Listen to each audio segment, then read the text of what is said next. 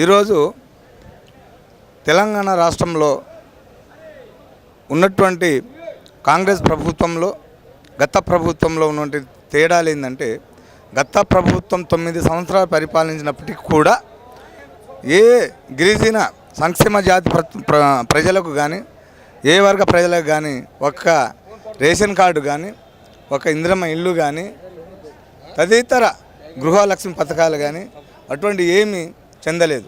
ఈ ప్రభుత్వం వచ్చినాక ప్రజాపాలనలో ప్రగతి ప్రణాళిక మళ్ళీ కొత్తగా పెట్టిండు.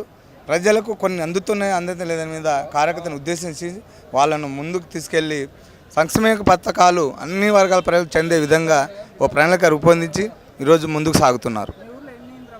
మా ఊళ్ళో మాది చాలా తక్కువ ఓటర్స్ ఉన్నారు. మాకు 10 ఇండ్లు వచ్చినాయి. 10 ఇండ్లు కట్టుకున్నాం, సక్సెస్ఫుల్గా ఉంది.